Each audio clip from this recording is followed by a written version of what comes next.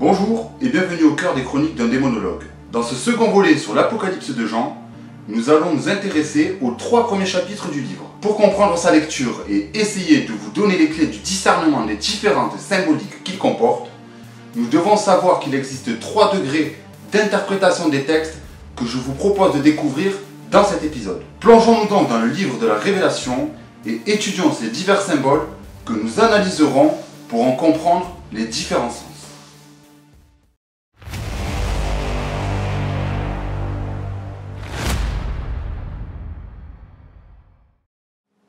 Pour bien débuter la lecture de l'Apocalypse, nous devons retenir quelques points qui me paraissent essentiels à sa compréhension. Elles serviront de clé pour bien discerner les différents degrés d'interprétation des prophéties révélées par le Christ à Saint Jean évangéliste. Le premier degré ou sens pour interpréter la symbolique du livre est une des plus essentielles. Il s'agit du sens allégorique qui consiste à exprimer une pensée sous une forme imagée afin de faire comprendre au lecteur le sens caché des textes. Il faut également savoir que le mot apocalypse est tiré du mot apokalypsis en grec ancien qui signifie révélation. D'où son nom canonique de livre de la Révélation.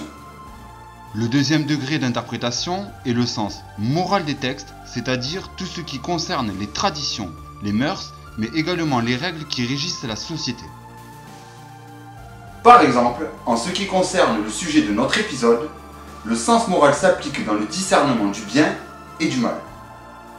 Pour conclure les différents degrés d'interprétation des textes, nous devons savoir que le troisième et dernier degré est également essentiel pour interpréter les prophéties du livre. Il s'agit du sens eschatologique qui, lui, va nous servir à discerner les informations écrites par l'auteur concernant l'étude des fins dernières, de l'homme ou encore celle de fin du monde. Pour vous donner un exemple, il nous est indiqué dans certains évangiles que compte le Nouveau Testament de la Bible chrétienne que, lors du second avènement du Christ, la fin commencera. De même, nous devons tous savoir que l'Apocalypse est certainement le livre le plus difficile à comprendre du Nouveau Testament, mais en même temps, il y a plusieurs motifs pour lesquels l'auteur nous dit qu'il ne faut pas en négliger sa lecture. Tentons maintenant de comprendre lesquels et d'en expliquer leur nature.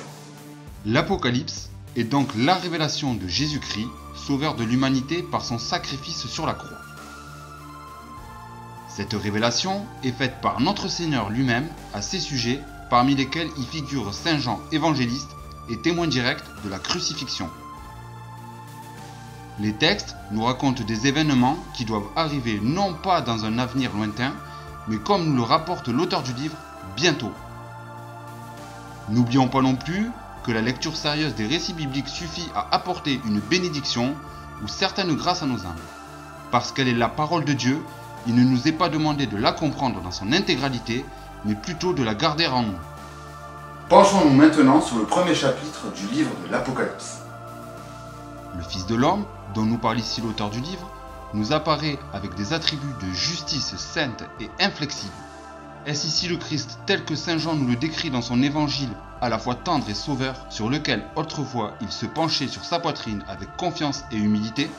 Eh bien non, car ici Jean nous rapporte être tombé à ses pieds. Le contraste est donc largement différent. Il ne faut évidemment pas oublier ce côté de gloire du Christ. Le Père a donné tous les pouvoirs de jugement au Fils. Il doit toutefois l'exercer plus tard contre ceux qui n'auront pas cru en lui et en son sacrifice ou encore en sa résurrection d'entre les morts. Mais dès maintenant, pendant que l'Église est encore sur terre, il prend connaissance de l'état de chacune d'entre elles. Oui, le Seigneur est miséricordieux et peut donc tout pardonner. Il est mort et ressuscité pour nous donner le pardon et la vie. Mais il ne peut rien laisser passer. Ses yeux sont comme des flammes de feu, distinguant aussi que rien ne lui échappe. Pour conclure ce premier chapitre, l'auteur nous fait comprendre au verset 19 le plan général de son livre, à savoir les choses que tu as vues, l'apparition solennelle du Christ glorieux, les choses qui sont, c'est-à-dire l'histoire actuelle de l'Église responsable, les choses qui devront arriver par la suite, à savoir toutes les prophéties qui s'accompliront après l'enlèvement de l'Église. Dans la suite du livre, Saint Jean nous décrit 7 lettres que le Christ lui demande de transmettre à 7 églises d'Asie mineure qui décrivent en autant d'événements successifs l'histoire de la chrétienté responsable. Dans ces mêmes lettres, Le Seigneur se présente à chacune des différentes églises, dresse un inventaire précis de ce qu'il y trouve ou n'y trouve pas, puis exhorte et promet sa récompense aux vainqueurs. Par exemple, à l'église d'Éphèse, tout allait pour le mieux en apparence, mais c'est le cœur de celle-ci que le Seigneur regarde. Malheureusement, il n'y voit plus la réponse à son propre amour, qui a cessé d'y occuper la première place. Or, si une rivière est coupée de sa source, les riverains près de l'embouchure ne le remarquent pas aussitôt. Tant que l'eau s'écoulera, les rives resteront verdoyantes et on y verra quelque temps encore la même animation. Eh bien mes amis, posons-nous la question, qu'en est-il de notre affection pour le Christ Rédempteur?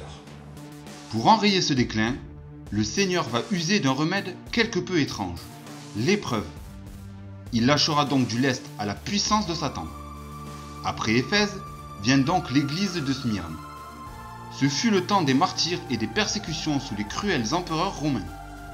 Alors, dans les arènes, devant les bêtes féroces, les chrétiens de Smyrne ont eu l'occasion de prouver leur amour pour le Sauveur par une fidélité jusqu'à la mort. Pendant cette période à Smyrne, 10 grandes persécutions collectives n'ont pas eu raison de la foi chrétienne. Bien au contraire, comme l'a écrit Tertullien, écrivain carthaginois du 1er siècle, le sang des martyrs est devenu la semence de l'Église. Alors Dieu permet à Satan d'user d'autres tactiques, et c'est donc sur l'église de Pergame. Ce que la violence n'a pas pu produire, la faveur des autorités va l'accomplir.